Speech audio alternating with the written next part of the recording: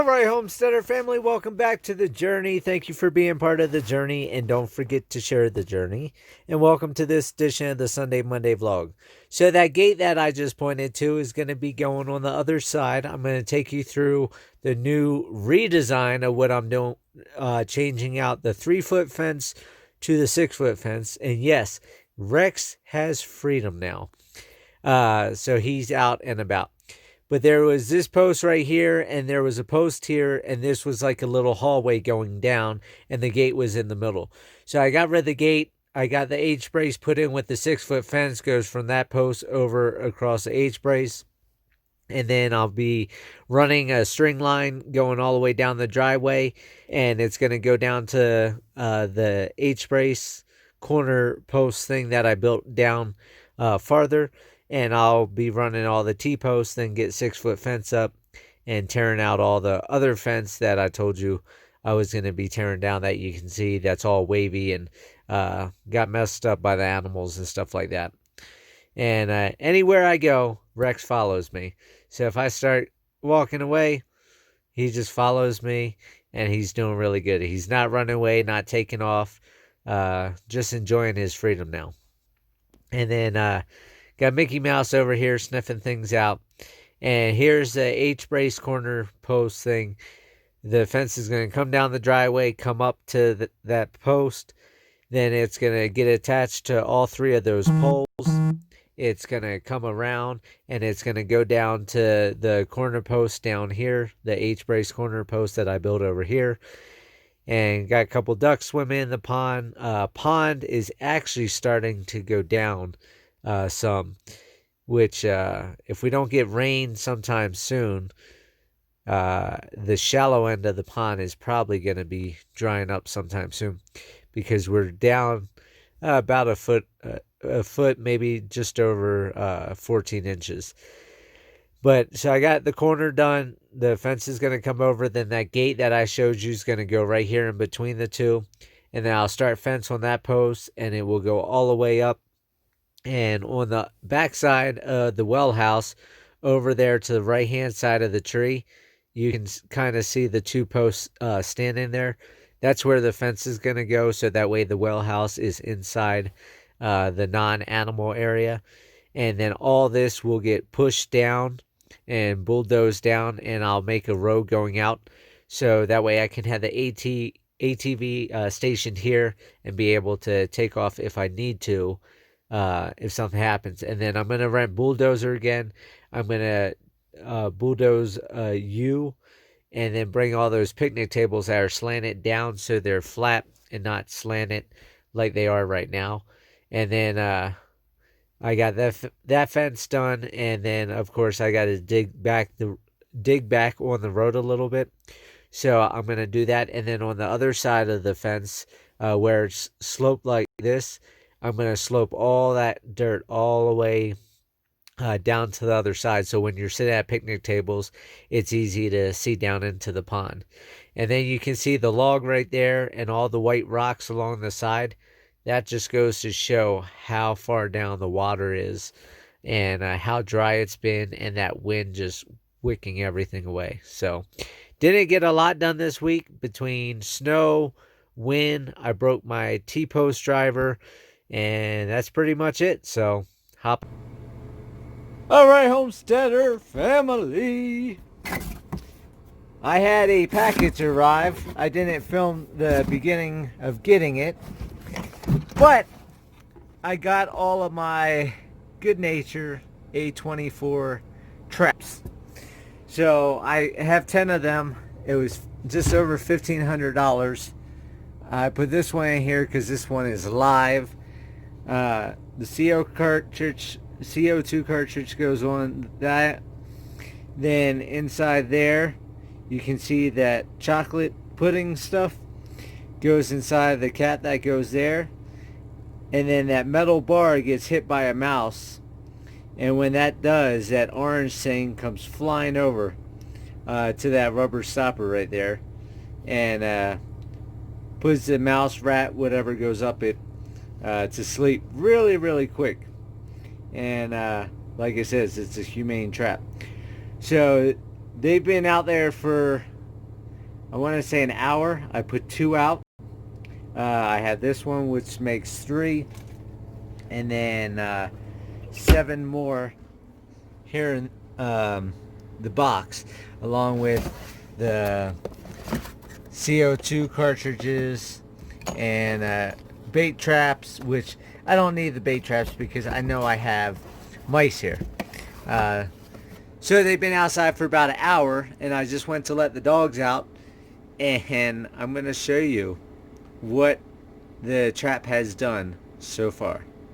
Stay tuned. Alright, so I got one that I put right here at the camper because I have mice getting into the camper, which I'm going to put a couple around, and I put one on that tree. So we're going to go over here to the tree, and we're going to look. Watch out, mouse. Hey, get out there. Get out. Get. So we have 1 mouse, 2 mouse, 3, 4, 5, 6. Get out of there. We have 6 mice already on that trap at the tree. So that's 6 mice that aren't going to get in the camper. Then we're going to come over here to the camper, and you're going to see it does up to 24 mice per CO2 cartridge. So right there, we got 4 mice. So it don't matter whether it gets hit by 1 mouse, it continues going off, and that just goes to show these traps are working. So highly recommended trap, and I'm going to put probably 4 more around the camper until the camper is clear where I don't have mice underneath trying to get in, and then I'll start spreading out, and then I'm gonna probably take 2 or 3 of them and put them in the shipping container where I do the chicken eggs, so that way they can start clearing. And the great part about the dead mice is the guineas, the guinea hens. They love mice. So whenever I catch a mouse in a box or a bucket, I throw it to the guineas, and the guineas are eating it. So A, it's feeding the guineas, and 2, the guineas are wanting more mice. So the guineas are going out and also killing mice. So it's going to work hand in hand, and $1,500 may be a lot for mouse traps. But like I said, right there outside already killed like 10 mice in an hour. So that just goes to show that these things work. The lure pack, that chocolate pudding type stuff, is bringing the mice in. Now it's said to put the chocolate pudding below the trap. I read the instructions. I did not do that because, like I said, I have so many mice and they're always looking for food. And these are the caps that had the chocolate pudding in. So I kept them aside instead of throwing them away, that I could scrape everything out, put it into a trap when the bait gets low. So I'm going to be putting them in a plastic Ziploc bag. So when the traps get low, I can go ahead and scrape it into the trap and continue. And like I said, so far, so good. 1 hour, 10 mice. Alright, so you can see the back of Rex is a little bit wet. I woke up this morning, and this is June 8th. No, it's not. It is Tuesday, I think the 9th now. Let's double check this. Yeah, so it's June 9th. So June 9th here in Colorado. For those of you that are looking forward to moving to Colorado, this is what you can look forward to sometimes in June. So this hasn't happened since June 11th, my first year that I came out to this area. But boom, woke up, had to go get Rex because we got snow. So June 9th, and we had snow once again here in Colorado, which is not that bad because we need the moisture. So this will at least help with the seeds that I put out, since we haven't really got rain, and the snow can slowly melt in if this wind doesn't dry everything back out. But once again, Life in the mountains, life on the homestead, cold, snowy days in the summertime. Had a couple visitors, animal control. So animal control is pulling out. Some moron called the state complaining I don't take care of my animals because I let Rex the kangaroo have a piece of a hash brown.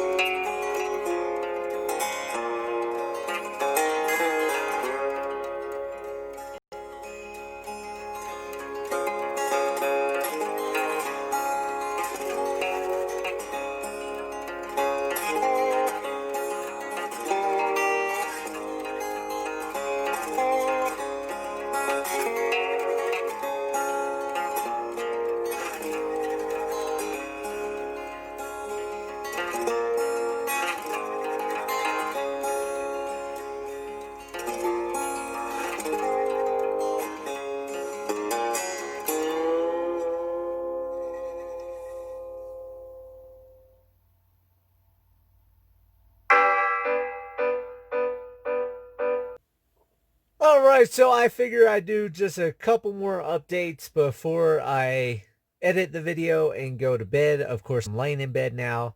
It's been a long, long week. Beginning of June, we had such horrible weather. We're still having horrible winds, but we had snow.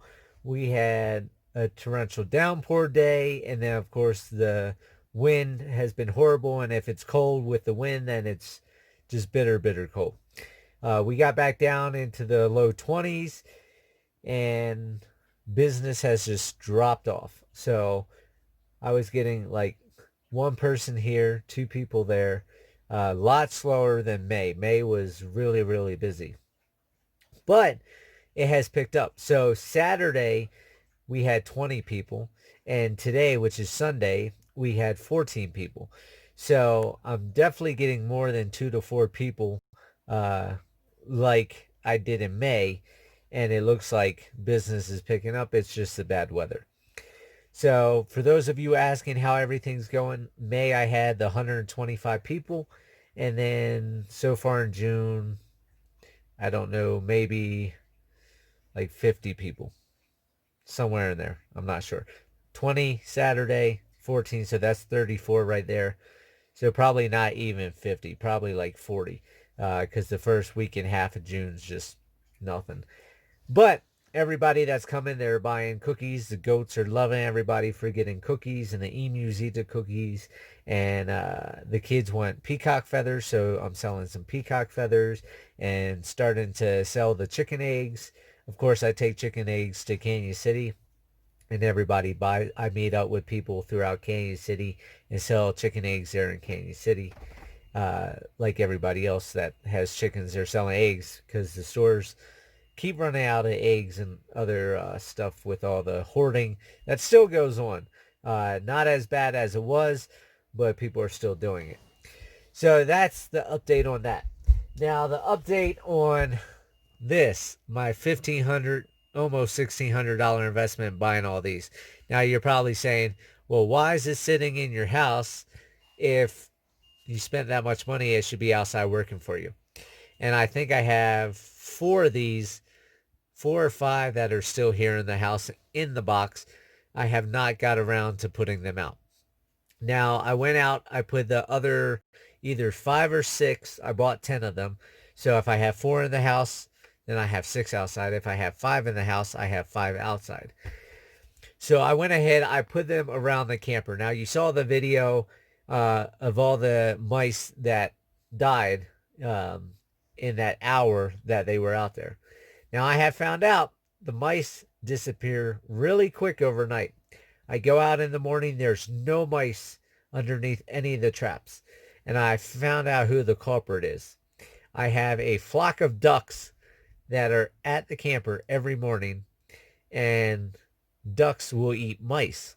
So the ducks are coming up and they're picking up all the dead mice. So for those of you that don't want to deal with picking up a dead mouse, if you're on a homestead, the bait that they have in these are all natural, so it doesn't harm your animals. And the ducks come up and eat. So I don't even have to pick them up, take them to the guineas like I had planned on doing, because the ducks eat them as quick as they're gone, or as quick as they die. Now, the second thing is I screwed them to the plywood. I screw this orange thing, those two holes. The orange thing slides off. You screw that and then slide the whole mechanism onto the orange thing. And I put it on the plywood around the camper. Now with the CO2 that goes in that silver hole right there, it sends that thing across that kills the mouse just like that. Now, when that does that on loose plywood that can wiggle wobble, you hear a big boom as soon as the mouse is dead. And the first couple days, all I heard all day, all night, or not all day, it was all night because that's when the mice come out. You would hear boom, boom, boom, boom, boom, boom, boom, and the trailer just kept echoing. And I knew mouse was dead, mouse was dead, mouse was dead. And I would go out and 10, 15 mice laying around dead.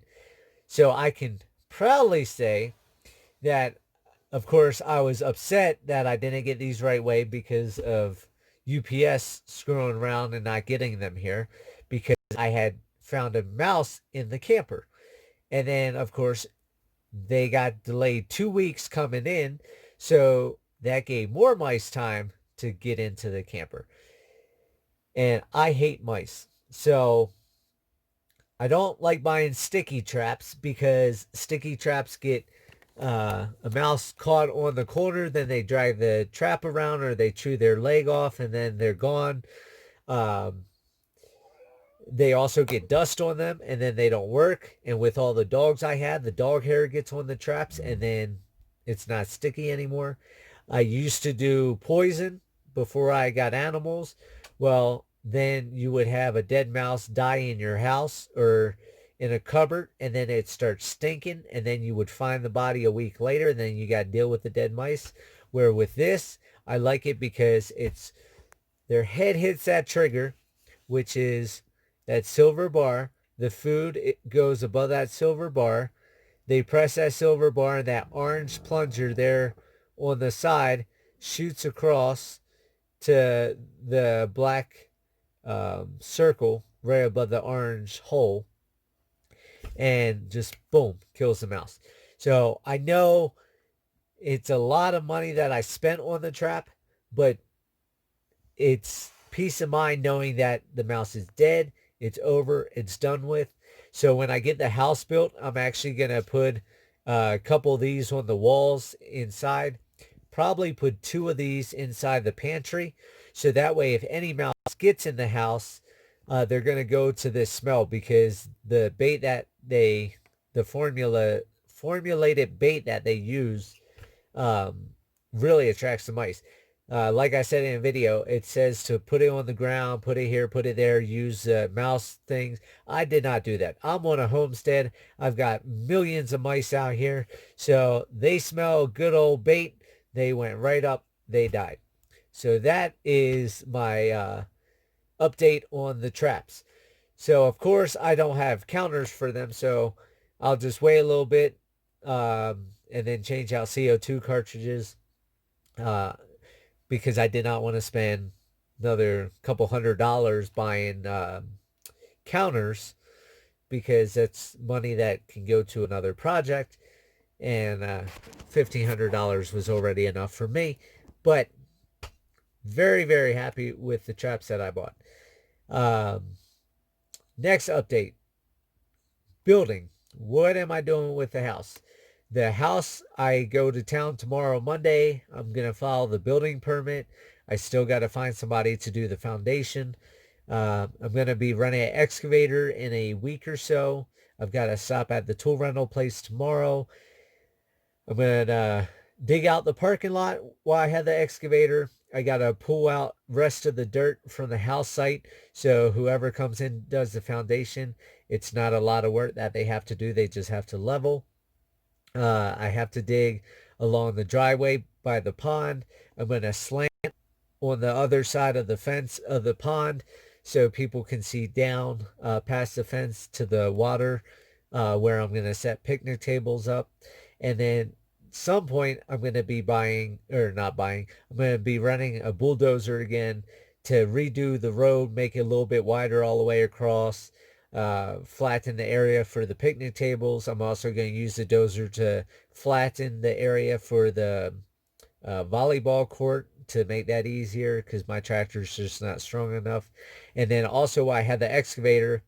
I've got to, in the next week or so, before I get the excavator, I'm going to be buying bamboo, like I told everybody.